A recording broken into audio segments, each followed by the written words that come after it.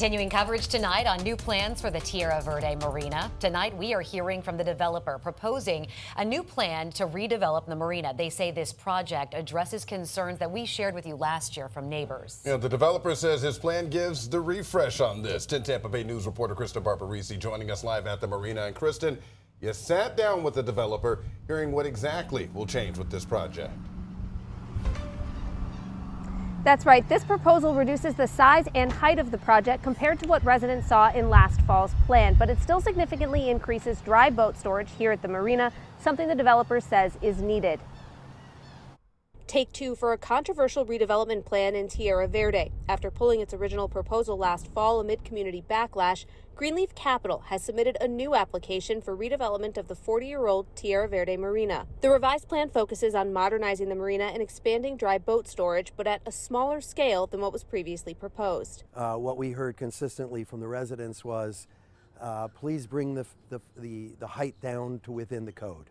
Under the new proposal, 2 additional dry rack buildings would bring the marina's total storage capacity to about 500 boats, down from more than 700 spaces proposed in the previous version.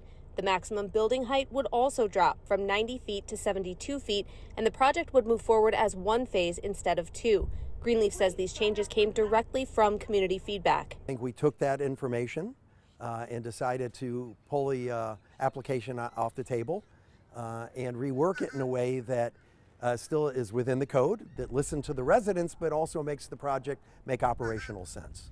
The plan also includes public-facing features like retail space and a 3-story harbor house with a restaurant and bar overlooking the water. Developers say the expansion addresses growing demand from boat owners in Pinellas County. Kreisman says they have not yet met with community groups about the latest plan, but they will. There was no point in meeting with anyone until we had made some decisions. We knew what their concerns were because we'd had a number of meetings. Kreisman adds the project is fully within the city's code and the developers plan to move forward. I don't see them withdrawing it. I reached out to members of Tierra Verde Next, which was one of the community groups that opposed the initial plan. They told me today was their first look at the proposal, and they already have some concerns, saying the developer's comments are misleading or even go against documented facts. The plan is going to go before the city's Development Review Commission on May 6th.